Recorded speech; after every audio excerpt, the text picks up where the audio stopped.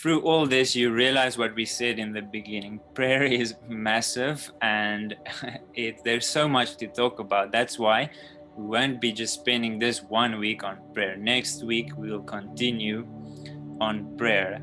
And so here at the end, I would like to just end us off by trying to put together a few things and take that which you think touches you or is there for you, or leave some of it. But I shared with Tata them also this week while I was reading that time when David did that horrible sin, and he was confronted about the sin, and God told him that your son will die because of this sin you committed. And he spent days in prayer and fasting and crying before God to save the life of that child. And at the end, the child still died. And then he got up, he washed his face, and he went to the temple and worshipped. And the people around him were amazed. Why are you crying and praying and being sad while the kid is alive? But once he's dead, now you go to the temple for worship.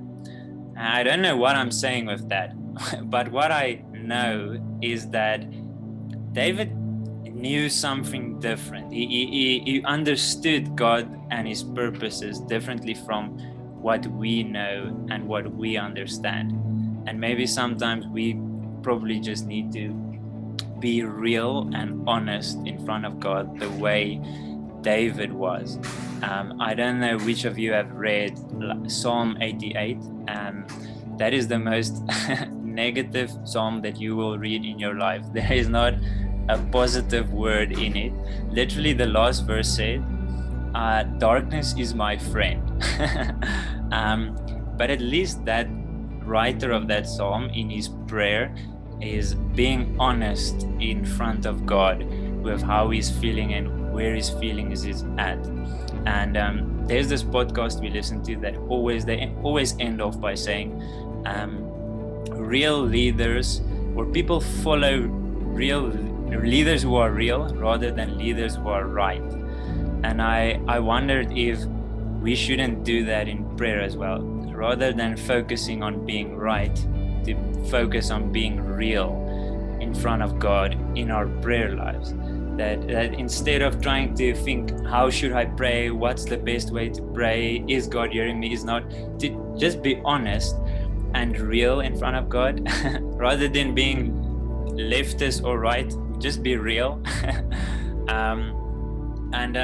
The most beautiful thing I think that really helps me in prayer is that word sawubona, that I see you.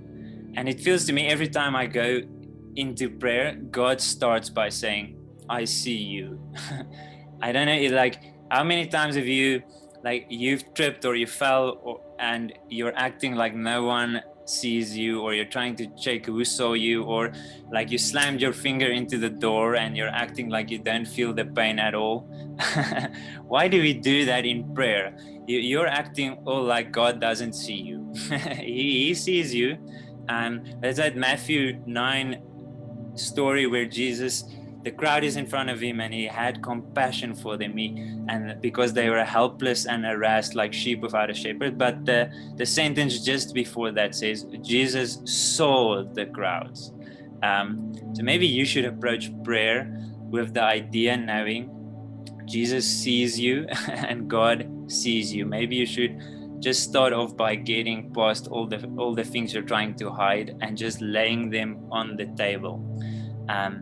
In the beginning, we said prayer can be conveying a message. And I'm a firm believer, if I look through all the Bible, that you will always have a message to convey in prayer.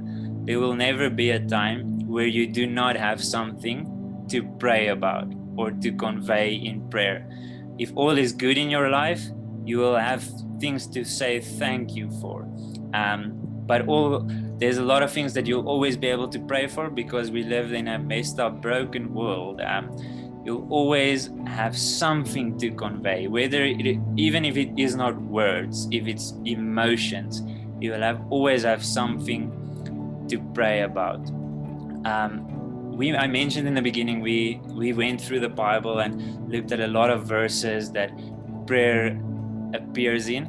And I'd like to just quickly name a few of them. Maybe listening to one of them, something awakens in you about prayer. 1 Thessalonians 5:17 says, pray without ceasing. Continue steadfastly in prayer. Luke 18:1, and Jesus told them a parable to the effect that they ought always to pray and not to lose heart. Luke 6:28, pray for those who abuse you. Pray for those who persecute you. Or Matthew 6:9, pray then like this, our Father who art in heaven. Jesus teaching his disciples how to pray. John 16:14, until now you have asked nothing in my name. Ask and you will receive, that your joy might be full. Jesus is saying some things you simply do not have because you have never prayed for them. So you are withholding yourself from things God wants to give you by not praying. 2 Corinthians 1:11, Paul tells the church, you must also labor with us in prayer. Laboring in prayer sounds like work.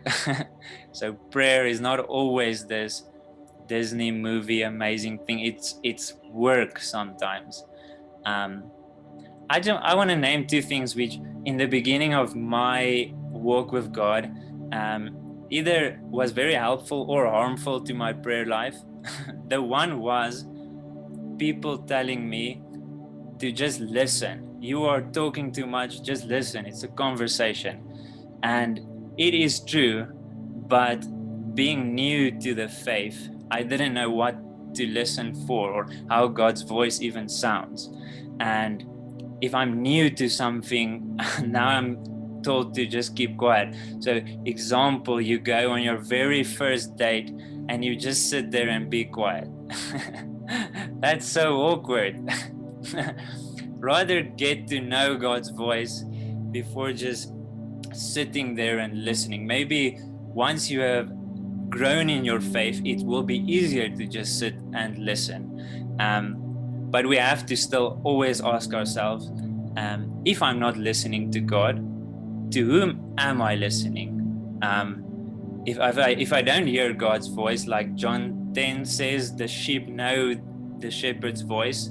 If I don't know his voice and I don't listen to his voice, to whose voice am I listening then? Maybe I'm listening to the wrong G, Google instead of God.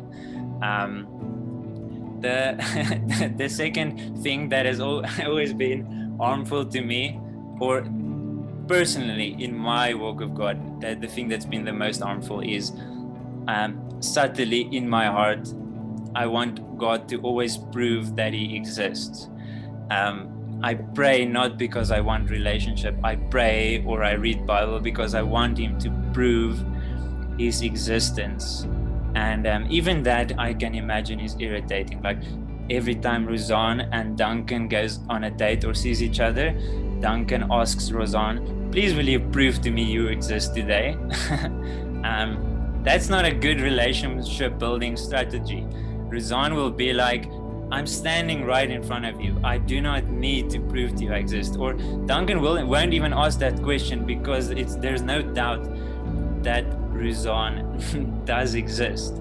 And I think we should stop approaching God in a way that we want him to prove that he exists and start trying to build relationship with him. He's not primarily standing in front of you trying to prove that he exists. He's primarily standing in front of you trying to build relationship with you, and flowing from that relationship will be evidence of his existence.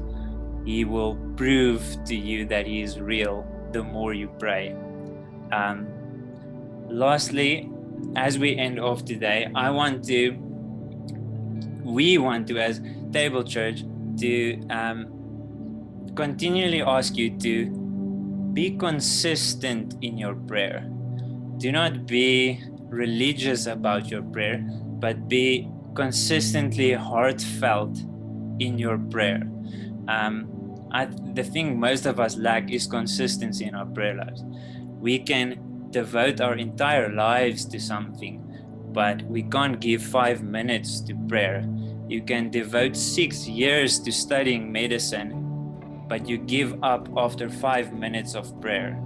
Maybe you should not. Okay, it wasn't aimed at anyone specific, but maybe it was. Maybe God is speaking to you.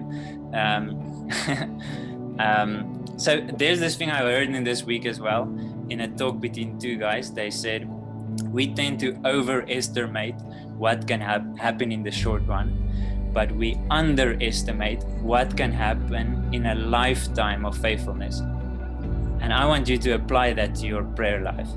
Maybe you are overestimating, although prayer is powerful and can do amazing things, maybe you are overestimating what can happen in the short run with prayer, but you are underestimating what can happen through a lifetime of faithfulness in prayer, consistently praying. And we also want to tell you, don't let your circumstances change that consistency.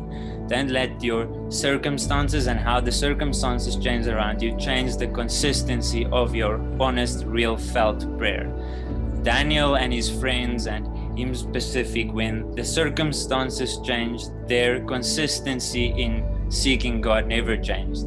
So don't let the things around you change how consistently you pray. So pray consistently, pray honestly, and pray with the gathering. Next week we'll be speaking about that. Today we spoke about personal prayer. Personally praying, you can find your purpose, but maybe praying in a gathering corporately, you'll find your purpose and the purpose of the gathering.